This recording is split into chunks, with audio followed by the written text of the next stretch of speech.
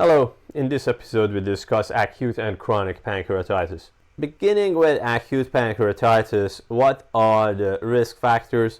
Overall, most common is gallstone disease, followed by alcoholism, and other causes include viral infection, hypertriglyceridemia, hypercalcemia, iatrogenic causes such as post-ERCP and medication-induced pancreatitis. It could be autoimmune pancreatitis, and in children, if you are asked, the most common cause is trauma, not to forget scorpion bite, also as a possible cause. Now, compare and contrast the pathophysiology of acute versus chronic pancreatitis. In acute pancreatitis, these risk factors cause leakage of activated pancreatic enzyme with damage to pancreas and surrounding tissue, while in chronic pancreatitis, we have pancreatic insufficiency because of destruction of the parenchymal tissue of the pancreas. What are the general symptoms of acute pancreatitis? Epigastric pain, nausea, vomiting, fever, and possible symptoms of complications such as those of ARDS. But pain requires qualitative description. What's the quality of the pain of pancreatitis? It's an abrupt onset, steady pain with radiating to back from epigastric region that worsens by walking or lying down, but improves by sitting and leaning forward. Also, remember, peritoneal symptoms are not usually present. What are the Gray-Turner and Cullen signs? These are ecchymosis. The Gray-Turner is on flank and Cullen is on the periumbilical region. Likewise, we could have ecchymosis on the course of inguinal ligament, which is referred to as Fox sign. What's the common possible findings during auscultation of the abdomen? Presence of ileus is a common finding with decreased bowel sounds and a tympanic abdomen. What is the best clinical assessment of severity? Well, we have some scores such as the old-fashioned Ranson criteria or more new severity assessment scores such as BISAP or SIRS or modified Marshall score. A quick clinical assessment of severity could be achieved by presence or absence of sign or symptoms compatible with organ failure or vital sign abnormalities. Remember, especially if imaging shows evidence in favor of necrosis, and this necrosis is not transient and lasts more than 48 hours, these are also indices or indications of severity. Now, talking about diagnostic criteria, before discussing the labs, what are the requirements for the diagnosis? Diagnosis has 3 arms, including clinical pictures, labs, and imaging evidence. Remember, at least 2 of the 3 such criteria should be present for the diagnosis. Based on this, what is the essential for diagnosis? 2 of the following 3. Among all the symptoms, epigastric pain radiating to the back is required. Among all the labs, elevation of amylase or preferably lipase more than 3 times of the normal limit is required.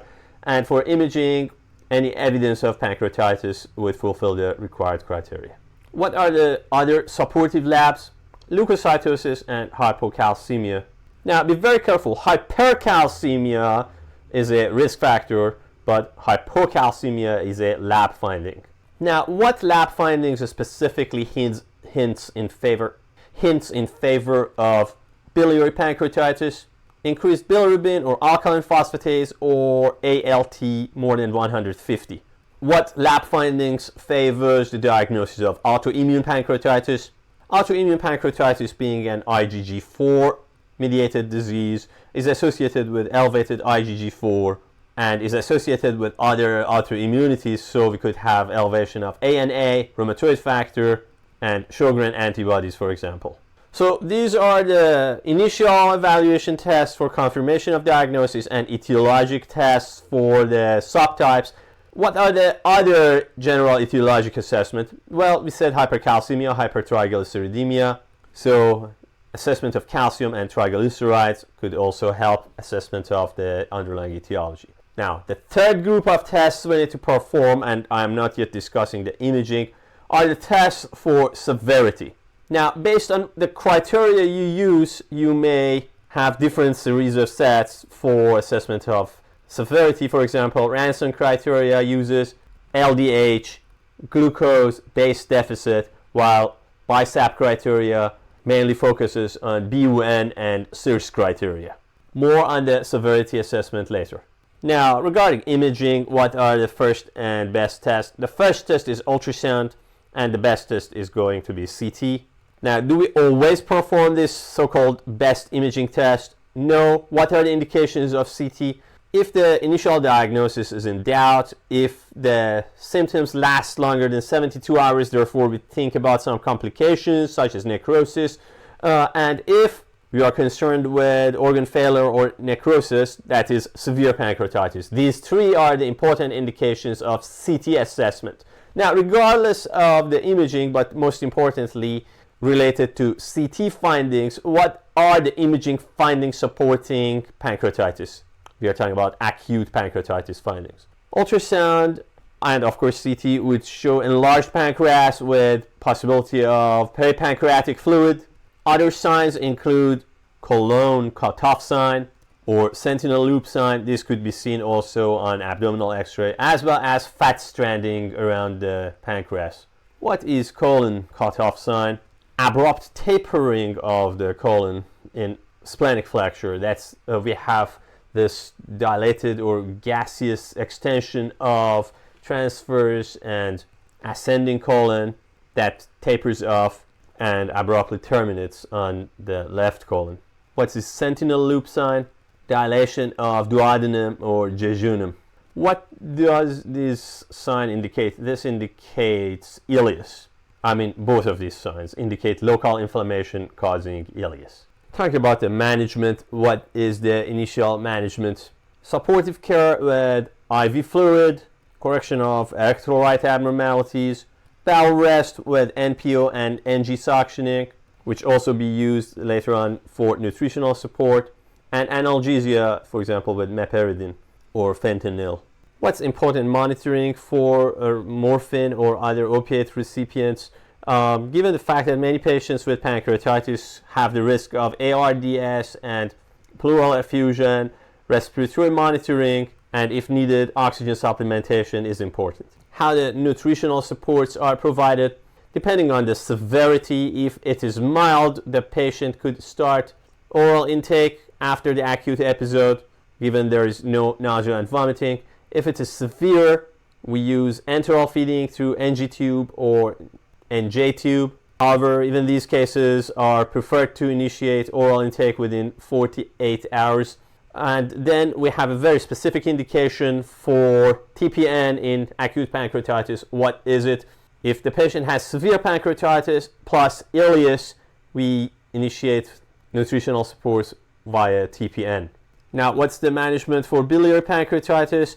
Remember that if it's due to gallstone, we perform urgent ERCP with a sphincterotomy, and then we perform elective cholecystectomy.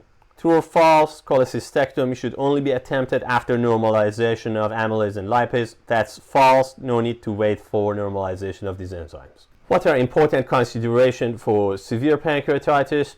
ICU admission and assessment for the need for ERCP and mechanical ventilation. What is the management if a patient with severe pancreatitis has evidence of biliary sepsis, such as fever, symptoms lasting more than 72 hours, as well as CT evidence for infective necrosis? Pay attention to the fact that this is the second very important to remember indication of ERCP in the course of pancreatitis. One is the initial assessment, including ultrasound or liver function tests indicating biliary pancreatitis, and the second is in the late course between 72 hours and within the first week, that the patient demonstrates findings in favor of biliary sepsis. In this condition, also the management is ERCP together with antibiotics. Now, let's continue this case. If this case fails to improve and continues to have symptoms of either fever or organ failure, or just not normalizes by first week, what's the next step? We need to see if our initial empiric antibiotics were a suitable choice, so we need to perform biopsy and culture to manage the better choice of antibiotics. Now, if this same patient still keeps having symptoms after a month and he received the proper antibiotics, what's the next step? In addition to assessment of the complications, we need to consider necrosectomy. Remember, I'm continuing the same patient with biliary sepsis who required antibiotic shift, and now he's not improving. So this means possibly there is a source of infection that needs to be removed. So what is the summary of management of necrotizing pancreatitis? That's a patient with symptoms of infection or CT evidence of pancreatic necrosis after a bout of acute pancreatitis. We initiate empiric antibiotics and consider FNA, biopsy, and culture. If this patient fails to respond to initial antibiotics, we switch to the targeted antibiotics based on the results of culture. If the same patient fails to improve by 1 month, we consider endoscopic or surgical necrosectomy. Remember, the initial intervention is empiric antibiotic and not CT-guided FNA biopsy. We perform CT-guided FNA biopsy and culture only if the initial empiric antibiotics fail. True or false, all patients with acute pancreatitis require antibiotic prophylaxis. That's false. If there is no symptom of infection or no imaging evidence of infection, they do not require antibiotics. Now, I mentioned there are a couple severity scores. Ranson criteria has on admission assessment and after 48 hours, and the cutoff point for Ranson criteria for severe or non-severe is a score of 3. On admission, what do we assess on Ranson criteria? That's white BC, age, glucose, AST, and LDH. Remember, white BC more than 16,000 and age more than 55, each get 1 point. What are the severity indices measured by Ranson criteria after 48 hours of admission? Hematocrit, BUN, serum calcium, base deficit, arterial PaO2, and fluid needs. Remember, if hematocrit drops more than 10%, BUN raises more than 5, PaO2 is less than 60%, base deficit more than 4 milliequivalent, or fluid need more than 6 liters. Each receive 1 score. Now, Ranson is not very much favored nowadays in many centers, and we have other scores. I just would like to mention another one, which is a summary version, and that's BISAP score. What is it? It's an acronym, BISAP. B stands for BUN greater than 25 milligram per deciliter. I stands for impaired mental status. S stands for SIRS criteria. A stands for age older than 60 here. And P stands for pleural effusion. Now, what are the two important differential diagnoses to keep in mind if a patient with a bout of acute pancreatitis has low PaO2 or saturation of oxygen? Think of ARDS or pleural effusion. We discussed the complications of pancreatitis in a separate episode, but can you name some of them? Pseudocyst, acute kidney injury, ARDS, chronic pancreatitis, and in the acute setting, of course, we mentioned pleural effusion, DIC, and shock. Now let's turn our attention to chronic pancreatitis. What are the risk factors of chronic pancreatitis? Here, alcohol use disorder is the #1 etiology, followed by dose-dependent smoking, bouts of acute pancreatitis, cystic fibrosis, congenital abnormalities such as pancreatic divisum, and some endocrine abnormalities such as severe hyperpara, and again we have hypertriglyceridemia here. Not to mention that gallstone disease again plays a major role, because we mentioned bouts of acute pancreatitis is associated with it, and the most common cause of acute pancreatitis is gallstone disease. Now, what are the symptoms of chronic pancreatitis? Well, the most important finding for the acute pancreatitis was this epigastric pain with the qualities we mentioned. Here, the epigastric pain is less severe, but most importantly, we hear the term recurrent episodes of such epigastric pain. But here, the patient has symptoms of pancreatic dysfunction that manifest themselves as either malabsorption syndromes or diabetes. So here you are dealing with a patient with steatorrhea, weight loss, flatulence, constipation, anorexia, etc. Regarding the workup of chronic pancreatitis, what is the lab assessment?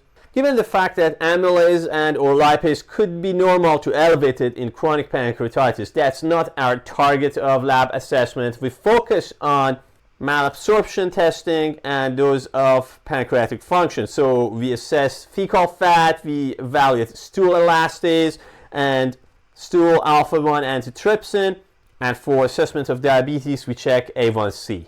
What's the best imaging test? The very first imaging recommended for assessment of chronic pancreatitis is CT with contrast. What do we see in the CT with contrast? We see pancreatic atrophy with ductal or pancreatic calcification and the appearance that makes the pancreatic duct resemble a chain of lakes due to alternating stenosis and dilation of main pancreatic duct. This is also referred to as a string of pearls. What's the management recommendation for chronic pancreatitis?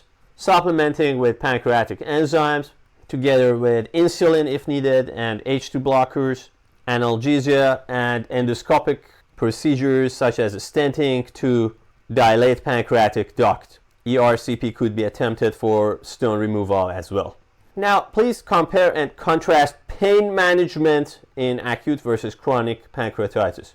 Remember, for acute pancreatitis, fluid resuscitation itself reduces edema, ischemia, and lactic acidosis and helps for managing the pain. But opiates, especially through IV route and patient-controlled pumps, are also provided. For chronic pancreatitis, enzymes provide a means of pain management.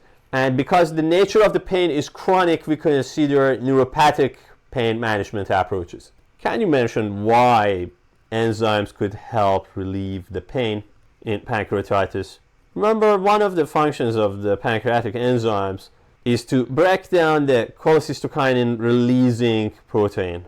In the absence of these enzymes, cholecystokinin would continue stimulating pancreas, leading to further release of digestive enzymes and worsening ischemia and edema. If we provide the enzymes, the cholecystokinin would stop stimulating the pancreas, and therefore the pain would subside. Now, in chronic pancreatitis, if enzymes fail to address the chronic pain, what's the next option?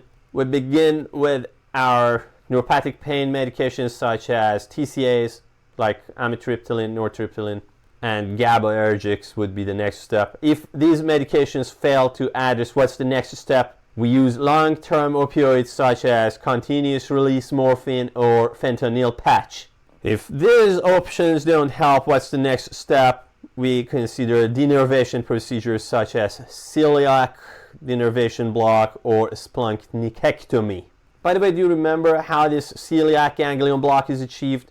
Either by alcohol or steroid injection. It's also a means of pain management in pancreatic cancer. Are there other procedures for pain management in addition to nerve blocks? Well, removal of the stone itself through endoscopic papillotomy and ductal dilation with a stent provides a means of relief of pain. And finally, when do we perform Whipple procedure for chronic pancreatitis? It's either performed when we suspect cancer as usual, or if there is intractable pain. The pain is not managed by any of the previously mentioned approaches.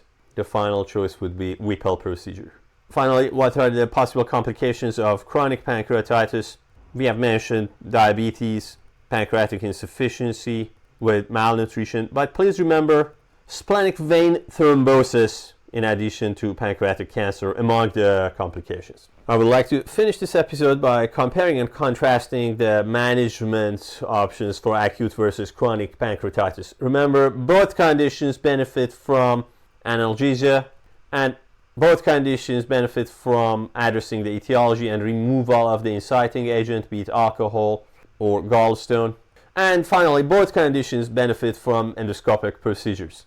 In acute pancreatitis, we mentioned ERCP and its emergent use for both biliary pancreatitis or biliary sepsis.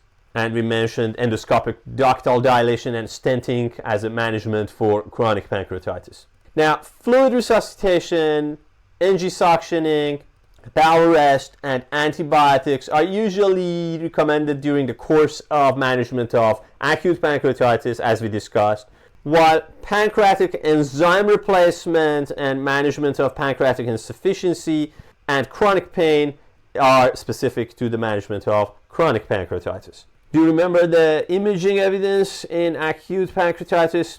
Enlarged with peripancreatic fluid or edema that blurs the margins of pancreas, as well as fat stranding, are seen on the acute type, while calcification and chain of lakes are seen on chronic pancreatitis. In which one do we have colon cutoff sign or sentinel loop? In the one associated with ileus, that is the acute pancreatitis.